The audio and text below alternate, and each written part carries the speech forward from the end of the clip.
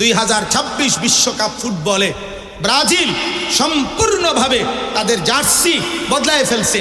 গত পর্যন্ত তাদের 1950 সাল থেকে 2026 সাল পর্যন্ত তাদের যে হলুদ জার্সি ছিল, এই হলুদ জার্সি তারা বদলাইয়া নতুন শেডের জার্সি আনছে। সারা পৃথিবীর অনলাইনে আজকে খবরে আসছে, সারা বিশ্ব আন্তর্জাতিকভাবে, যে ব্রাজিলের ওই জার্সির নতুন জার্সি যেটা গেঞ্জি আর কি গায়ে দেয়, ওইটার মধ্যে শয়তানের প্রতিকৃতি, শয়তানের আকৃতি, মুখোশ এটার ভিতরে ছাপানো আছে। আমরা চাঁদের দেশে থাকি না, আমরা তোমগরে সচেতন করার জন্য খবর রাখি। আমরা মঙ্গল গ্রহে থাকি না, প্রতিদিন খোঁজ খবর রাখি। বুঝো নাই আব্বা?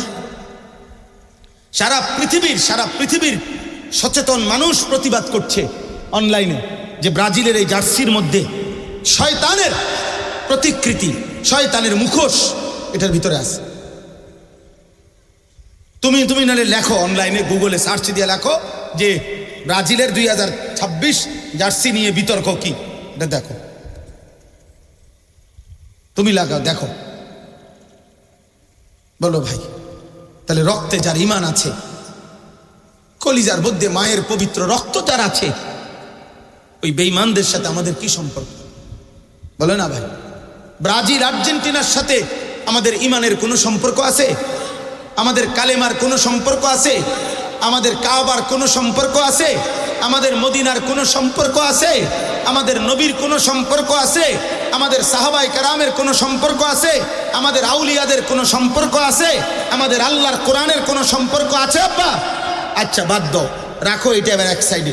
ব্রাজিল আর্জেন্টিনার সাথে আমাদের বাংলাদেশের এই মাতৃভূমির প্রতি যার মায়া আছে, এই বাংলাদেশের আর্থিক, সামাজিক, রাজনৈতিক যে কোনো ক্ষেত্রে কোন দিক দিয়ে মিল আছে? বলো না ভাই, একটা বিবেকবান বলো। বাংলাদেশের আর্থিক উন্নতিতে ব্রাজিল এবং আর্জেন্টিনার সাপোর্ট যদি আমাদের দেশে ব্যাপকভাবে বাড়ে, তো বাংলাদেশের বিদ্যুৎ সমস্যার সমাধান হবে, তেল সমস্যার সমাধান হবে।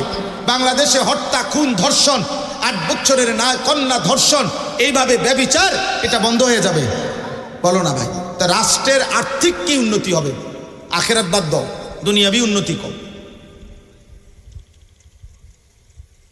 বলো না ভাই, কি কারণ থাকতে পারে? অসভ্যতারও তো একটা জাতফাত আছে, অসভ্যতারও তো একটা জাতফাত আছে, বেহায়ারও তো একটা জাতফাত আছে। এটা কোন বেহায়ামি? এটা কোন অসভ্যতা? বলো। এজন্য প্রত্যাখ্যান করো, বলো ইনশাআল্লাহ। প্রত্যাখ্যান করো, প্রত্যাখ্যান করো, প্রত্যাখ্যান করো।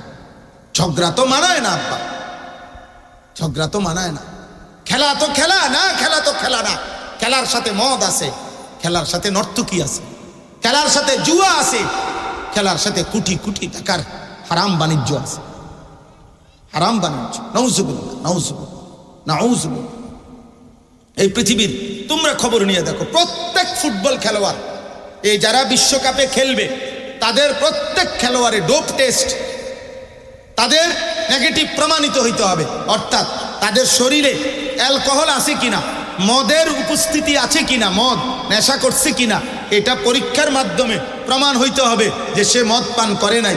হ্যাঁ, ডোপ টেস্ট বলে এটারে। অর্থাৎ এখানে যদি সে নেগেটিভ প্রমাণিত হয় তাইলে খেলতে পারবে। যদি শরীরে অ্যালকোহল, মদের উপস্থিতি পাওয়া যায় তাইলে সে বাদ। তাইলে বোঝা গেল ফুটবল খেলার মধ্যে এই খেলোয়াড়রা অসংখ্য যারা নেশা করে, এই নেশা তাদেরকে উত্তাল বানায় ফেলে। এই জন্য এটা পরীক্ষা করে করে বিরত রাখার চেষ্টা করে, কিন্তু বারবারই প্রতিবারে এরকম অসংখ্য দামি দামি খেলোয়াড় বাদ পড়ে যায়। আমি তো নাম বললে আরো কইতে পারবো, কইতেছি না আর কি, ইচ্ছা করে।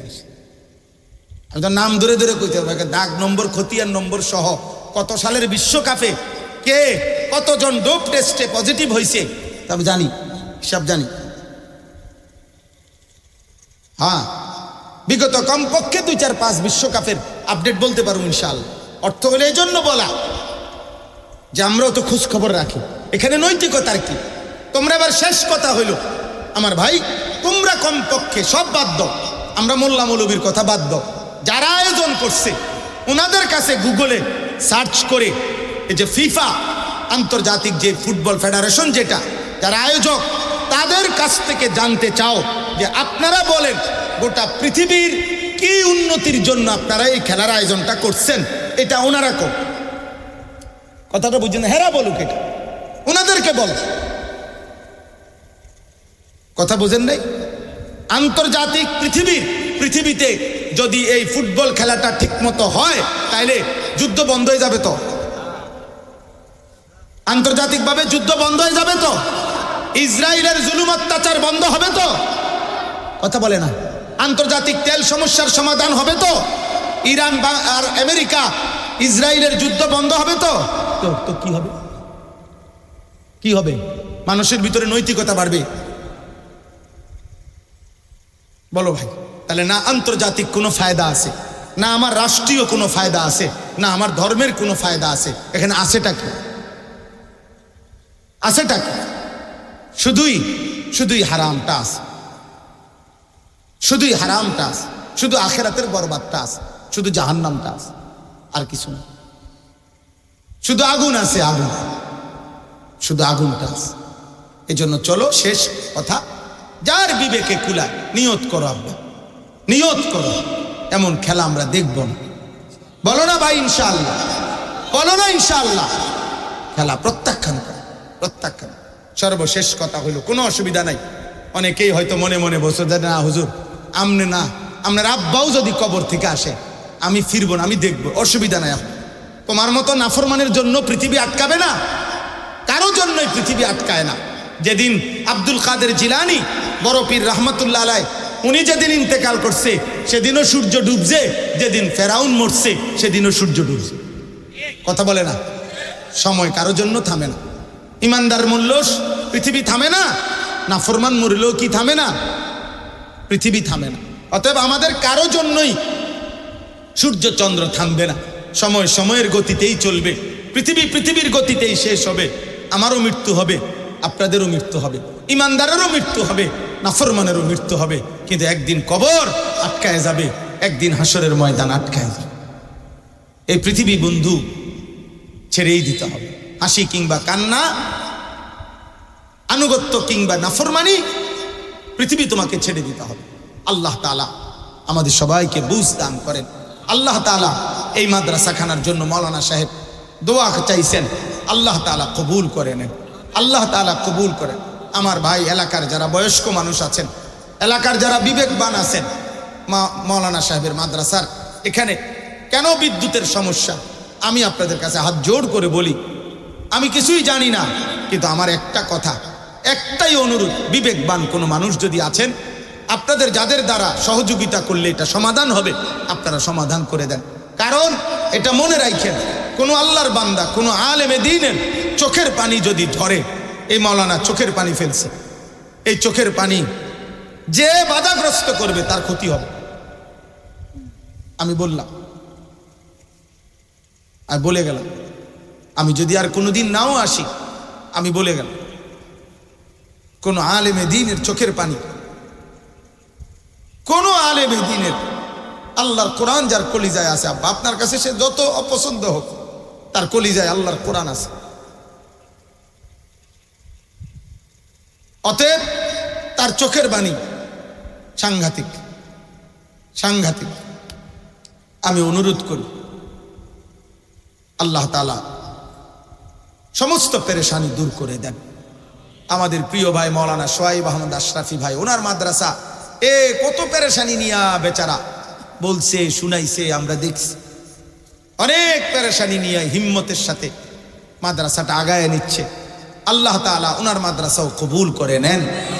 আপনাদেরকে দাওয়াত দিছে 22 নভেম্বর এই বছর ওনার মাদ্রাসার বার্ষিক মাহফিল, আমাদেরও দাওয়াত আছে, আমারও দাওয়াত আছে, জোহরের পরে খুব সম্ভব বয়ান আছে, ইনশাআল্লাহ আমরাও আসার চেষ্টা করব, আল্লাহ চাহে তো।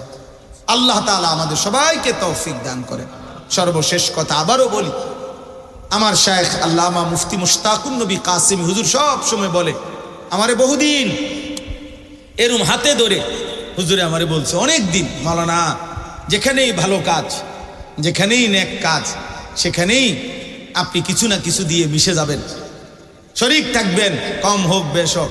হুজুর এটা খুব মহব্বত করে বলে যে মৌলানা দেখবেন হাসরের ময়দানে নিজের আমল নামায় সারা দেশ থেকে নেকি দেখা খুশি হয়ে যাবে। কিরে আমি আনিসুর রহমান কুমিল্লা, আমার নামে দি সিলেটের থেকেও নেকি আছে, যশোরও নেকি আছে, ব্রাহ্মণবাড়িয়ারও নেকি আছে, হবিগঞ্জেরও নেকি আছে। ঘটনা কি?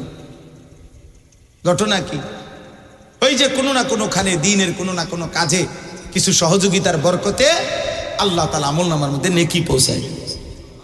এই জন্য প্রত্যেকে ঈমানের পক্ষে, আমলের পক্ষে, মসজিদের পক্ষে, মাদ্রাসার পক্ষে, উলামায়ে কেরামের পক্ষে থাকবেন। বলেন ইনশাআল্লাহ।